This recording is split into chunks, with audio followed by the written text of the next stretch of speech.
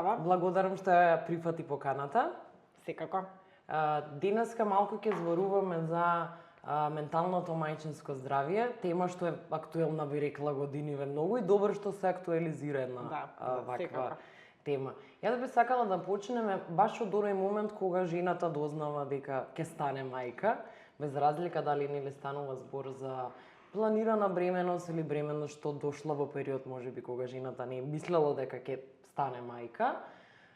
Кои се оние емоции што се нормални и кои не треба да не загрижат за да побараме стручна помош, што една жена ги чувствува кога ќе дознае дека ќе биде мајка? Знаеш како многу убаво спомена, рече, без оглед дали е планирана или непланирана бременост. Веројатно е многу различно чувството, нели, да кога ќе дознаеме дека може да станеме, дека нели може да станеме родител, односно да станеме мајка, доколку била очекувана, доколку била планирана или доколку била непланирана бременост. Меѓутоа секако првото чувство, јас дури никогаш велам, не е среќа, не е радост, е страф, збунетост, изненаденост, што понатаму, страф од нешто, особено ако станува збор нели за прва бременост, страф од нешто непознато, многу е нормално, затоа што не така како ние сите учиме, нели, јас велам родителството се учи. Учиме низ грешки и нормален е стравот со кој што се соочуваме кога ќе дознаеме дека сме родители, секако потоа доаѓаат сите оние други чувства, дека среќа, задоволство, неизвестност, што ќе биде понатаму, меѓутоа од друга страна и многу често страф, како ќе издржам овие 9 месеци, не толку психички на почеток, колку физички, дали моето тело ќе може да се носи со се она што се случува, со промените, па доаѓаат страфот, промени во физичкиот изглед, промена на телото, промена на сите оние навики кои што сме ги имале, нели многу често во зависност од тоа каква е бременоста, ќе зависи како ќе може да продолжиме со секојдневниот тек на живот, секојдневните ритуали кои што ги имаме, така да многу промени би рекла.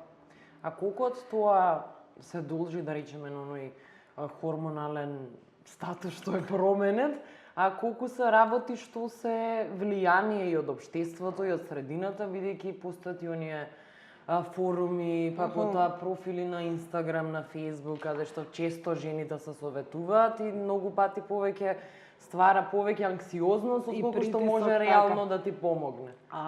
Веројатно, нели, првите, најде да речам, симптоми доаѓаат токму поради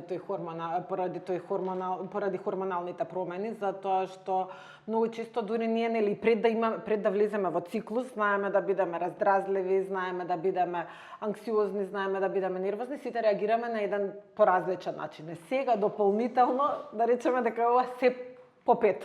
Така што хормоните се во плафон, многу често се случува и дополнително да примаме хормонална терапија. Целото тело имаме една темпирана бомба која што нели чекаме некаде да експлодира, сме и како раздразливи. Од друга страна го имаме притисокот од средината, притисокот од стравот од неизвестност од работното место. Многу често денеска нели сите зборуваме за права на жени, сите зборуваме за тоа колку е важно да се задржи работното место и да бидеме сензитивни во однос на жените кои што се во процес на бременост и потоа нели млади мајки, меѓутоа многу често жените кои што се нели вработени на определено време и како се плашат и околу губењето на работно место, неизвестноста, несигурноста што потоа, и тоа е исто така еден факт кој што неоспорно влијае и на нели психичкото, меѓутоа и на физичкото здравје.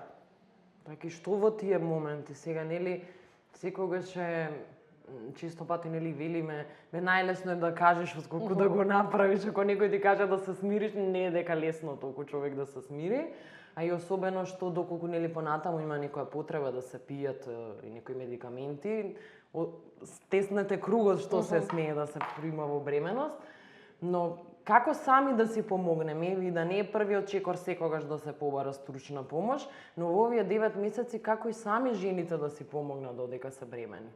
Ако нашето тело не говори дека, и ако нашиот лекар не говори дека сме физички спремни да продолжиме со работа, дека можеме да ги, како што велам, да ги користиме, да ги имаме истите физички активности кои што сме ги имале, излегување на кафе, прошетка во природа, сето тоа треба да го практикуваме. Од друга страна, сепак, треба да бидеме свесни дека многу често има лица кои што се во патолошка бременост и кај нивите како состојбата на седење дома може да влијае психички, а од друга страна јас велам психичкото влијание е тригер за физичките последици. Никој не те спрема, освен ако не ти каже другарка некоја или дома, дека полако се може би и ќе ти падне.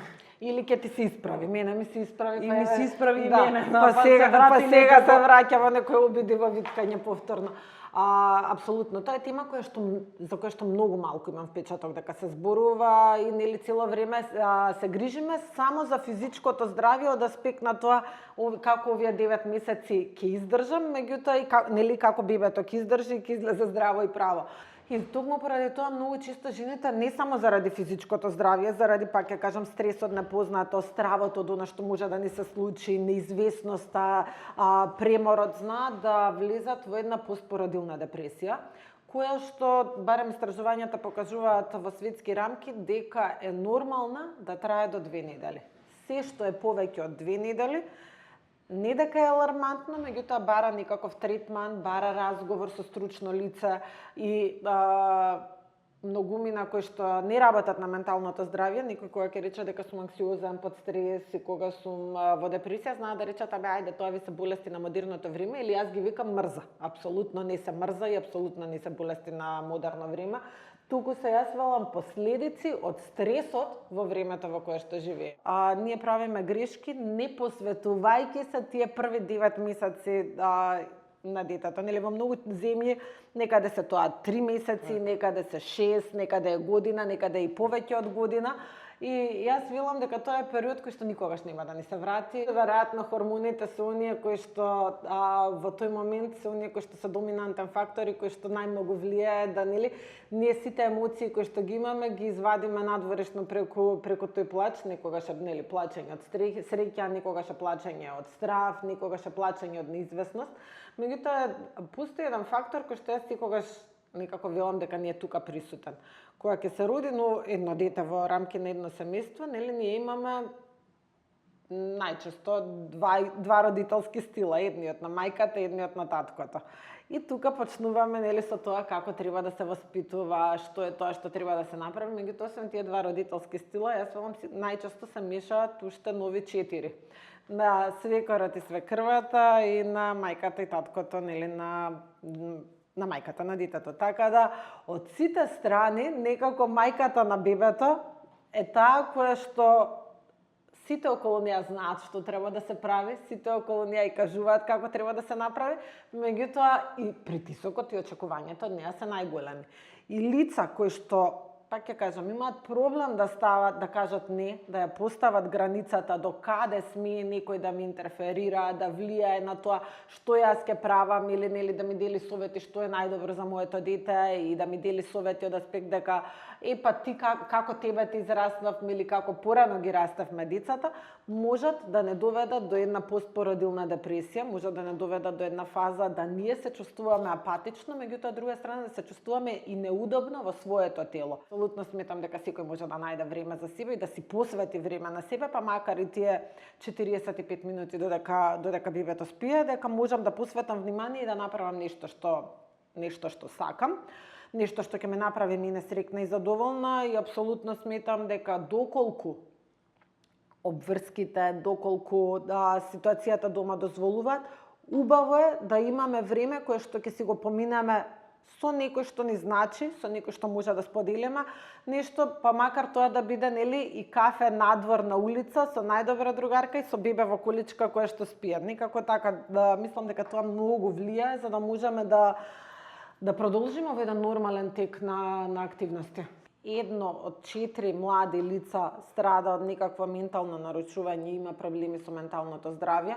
ова е број кој што рече се идентичен. Велиме дека една од најновите болести, најалармантните болести е токму депресијата. И тука навистина треба да се работи многу, меѓутоа и нешто што некако не го споменавме, сметам дека е важно за темава, е веројатно и возраста кога стануваме родител. Многу е различно дали се станува родител на 25, 35 или за прв пат се станува родител на 40 години. Никако границата како се повеќе и повеќе да се зголемува и станувањето родител на 40 години е многу постресно отколку на 25.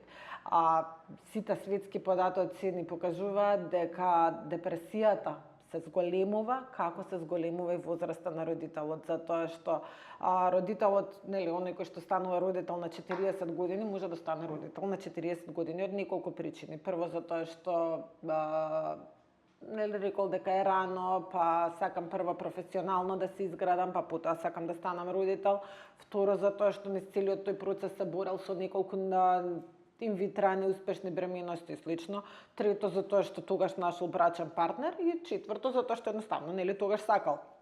Меѓутоа, многу поразлично ние расудуваме, размислуваме, ги гледаме ризиците на 40 отколку на 25 години. И ние многу поретко, доколку имаме целосен сапорт систем на партнер, секундарна поддршка од аспект на семејство и пријатели, многу помалку имаме жени кои што на 25 години се мајки и влегуваат во постпородилна депресија, отколку на жени кои што се на 40 години влегуваат во постпородилна депресија. Иако тие на 40 години имаат подобри примања, подобар социоекономски статус за разлика од тие на 25, значи оној страф од неизвестност тука не е присутен, дека имаме и многу поголема поддршка од родителите од аспект на тоа дека имаме ние помлади родители, кои што можат да помогнат и да имаме, јас би рекла, сапорт систем баба, дедо, отколку на 40-45, многу често се случува на 45 да ние не имаме живи родители кои што можат да помогнат и јас велам па макар и да го придржат детето во рака, за јас да се истуширам онака како што сакам и онолку време колку што сакам или да испијам едно кафе во тишина, туку и тоа треба да биде со бебето во рака, што е многу тешко. И жртвата која што родителот во одреден момент ќе ја направи, веројатно се заборава. И многу убаво спомена ти на почеток, некако како тие 9 месеци да се не измагла. Ова апсолутно не го планирав, некако ми дојде така спонтано и никогаш не сум го кажала вака, меѓутоа навистина потоа све се заборава. Панични напади не секогаш треба на 10 пати на психолог да се отиде. Треба да застанеш и да кажеш, чекај, не умирам, ова е од киселините што јадем. Не мора да се трча на лекар веднаш.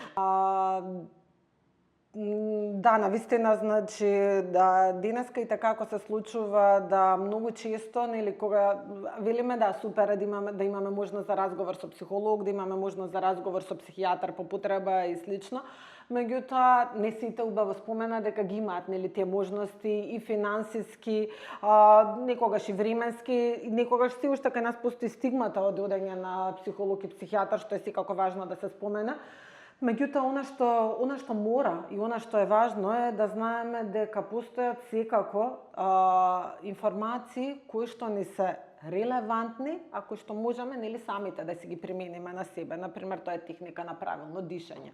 Техника која што и зашто велиме, порано велеле изброј до 10 пред да кажеш нешто. Не за џабе го велеле тоа изброј до 10 пред да кажеш нешто. Зашто? Затоа што нашиот мозок функционира само кога има кислород. Кога сме под стрес, во нашиот мозок нема кислород. Меѓутоа, ако полека бројам до 10, во мозокот ми доаѓа кислород кој што ми овозможува да расудувам правилно и да носам правилни одлуки.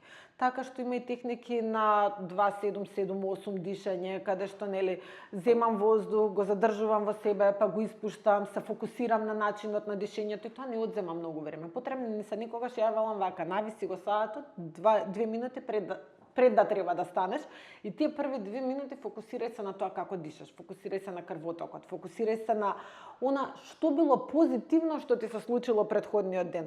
Некако имам впечаток дека човековиот мозок е програмиран да функционира така да се она што е негативно ние го дуплираме, го триплираме, многу многу повеќе зборуваме со некакви негативни аспекти, го зголемуваме, а она што било позитивно некако како да требало по дефолт да не се случи. Ние учиме како да бидеме родители. Знаете како никој треба да се стварат фрустрации дека леле се породив, зашто не плачам, зашто мене не ми е толку убаво, како се другите толку срекни дека се мајки веднаш.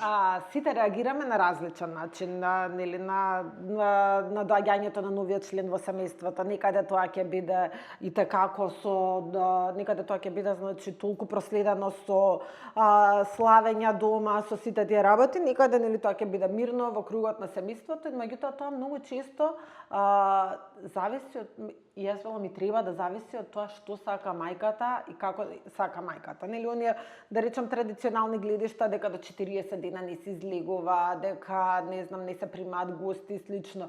И некој ќе рече ајде тоа се глупости, денеска нели не треба да биде тоа така. Апсолутно тука јас велам вака, дозволете и на мајката да процени кога ќе биде доволно време да прими први гости или пак да излезе надвор од дома.